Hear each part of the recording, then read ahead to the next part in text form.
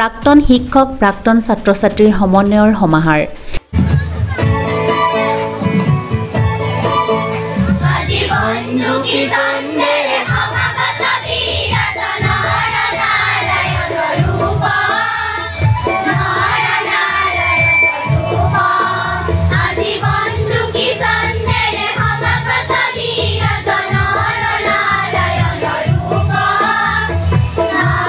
কামৰূপ জিলাৰ বৰগাঁও কেটেকিজাৰ উচ্চ মাধ্যমিক বিদ্যালয়ৰ বাকৰিত গুৰু শিষ্যৰ যুগলবন্দী আমাৰ কেমেৰাত 1979 চনত স্থাপিত হোৱা মধ্য ইংৰাজী বিদ্যালয়খনে শেহতীয়াকৈ স্বীকৃতি লাভ কৰিছে উচ্চ মাধ্যমিক বিদ্যালয় হিচাপে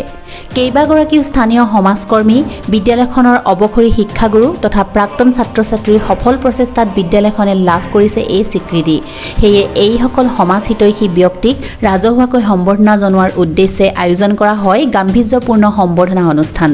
ঐতিহ্যমণ্ডিত কামৰূপ জিলাৰ হাজো শিক্ষাখণ্ডৰ অন্তৰ্গত বৃহত্তৰ বৰগাঁও কেটেকিঝাৰ দলিবাৰী দদৰা পছৰীয়া আদিৰ বিভিন্ন অঞ্চলৰ কেইবাগৰাকীও বিশিষ্ট ব্যক্তিৰ ত্যাগ আৰু পৰিশ্ৰমৰ স্বীকৃতিস্বৰূপে জনোৱা হয় ৰাজহুৱাকৈ সম্বৰ্ধনা বিদ্যালয়খনৰ প্ৰধান শিক্ষক দীপাংক কুমাৰ গোস্বামীয়ে সঞ্চালন কৰা আৰু যশস্বী শিক্ষক কবি নিবন্ধকাৰ তথা চিত্ৰশিল্পী ভাস্কৰ জ্যোতি দাসে আধৰা অনুষ্ঠানত মুখ্য অতিথি হিচাপে উপস্থিত আছিল মুখ্যমন্ত্ৰীৰ বিশেষ কৰ্তব্যৰত বিষয়া হেমন্ত চৌধুৰী মুখ্যমন্ত্ৰী কাৰ্যালয়ৰ এগৰাকী চৰকাৰী বিষয়া হিচাপে উপস্থিত থাকি হেমন্ত চৌধুৰীয়ে ভাষণ প্ৰসংগত কয় যে শিক্ষানুষ্ঠান বা বিদ্যালয়সমূহ হৈছে বিদ্যাৰ মন্দিৰ এই মন্দিৰত জাত-পাত আৰু ৰাজনীতিৰ ঊৰ্ধত থাকি কেৱল জ্ঞান আৰু প্ৰজ্ঞাৰ সাধনা হ'ব লাগে এই ক্ষেত্ৰত সাধ্যানুসাৰে বিদ্যালয়খনলৈ চৰকাৰী সহায় সহযোগিতা আগবঢ়োৱা হ'ব একেটা অনুষ্ঠানত উপস্থিত আছিল মুখ্যমন্ত্ৰী কাৰ্যালয়ৰ বিশেষ পৰামৰ্শদাতা কালীচান্দ সেন প্ৰাক্তন আছুনেতা প্ৰকাশ দাস জ্যেষ্ঠ সাংবাদিক মধুমাধৱ দাসৰ লগতে কেইবাগৰাকীও বিশিষ্ট ব্যক্তি বিদ্যালয়খন উচ্চ মাধ্যমিক বিদ্যালয়লৈ যেতিয়া উন্নীতকৰণ হ'ল তেতিয়া যিসকল ব্যক্তিৰ অক্লান্ত চেষ্টাত এই বিদ্যালয়খন আজি পৰ্যায় পালে সেই ব্যক্তিসকলক আমাৰ প্ৰাক্তন ছাত্ৰ ছাত্ৰীসকলে এটা সম্বৰ্ধনা জনাব বিচাৰিলে আৰু সেই সম্বৰ্ধনা জনাব বিচাৰি আমাৰ বিদ্যালয়তে আজি অনুষ্ঠানটো আৰম্ভ কৰিলে আৰু আজি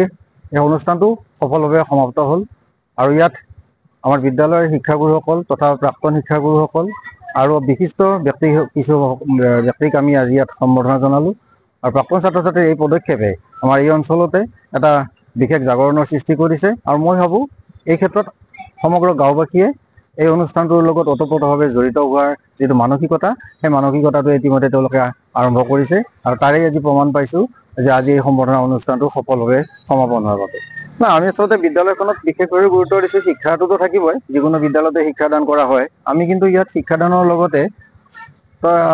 সাংস্কৃতিক দিশত বিশেষকৈ আমাৰ খেল আৰু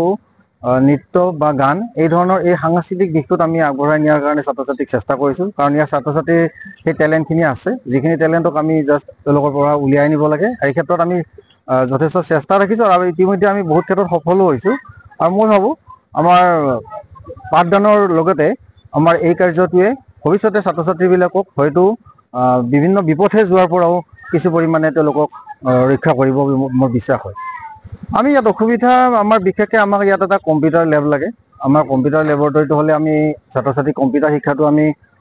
শিকাব পাৰোঁ ইয়াত যদিও আমাৰ শিক্ষকে কেতিয়াবা নিজৰ লেপটপ আনি বা তেনেকৈ কেতিয়াবা কিছুমান কাম শিকায় কিন্তু সেই ধৰণৰ শিক্ষাৰে সাধাৰণতে তেওঁলোকক ইমান উপকৃত হ'ব নোৱাৰে গতিকে আমি চৰকাৰক বিশেষভাৱে অনুৰোধ জনাম আমাৰ ইয়াত কম্পিউটাৰ লেব এটা লাগে আৰু সাংস্কৃতিক দিশত আগবঢ়া হিচাপত আমাক কিছু সাংস্কৃতিক সঁজুলিৰ প্ৰয়োজন আছে পিতৃ মাতৃসকলকে মই কৰজোৰে প্ৰাৰ্থনা জনাম যে বিদ্যালয়খনৰ প্ৰতি আপোনালোকে নজৰ দিয়ক গাৰ্জেন মিটিং মাতিলে আপোনালোকে আহিব শিক্ষক সমাজক আপোনালোকে সহযোগ কৰক দেখিব আপোনালোকৰ বিদ্যালয়ৰ ছাত্ৰই এদিন অসমৰ ভিতৰত সৰ্বোচ্চ নম্বৰ প্ৰাপ্ত হৈ সুনাম কঢ়িয়াই আনিব পাৰিব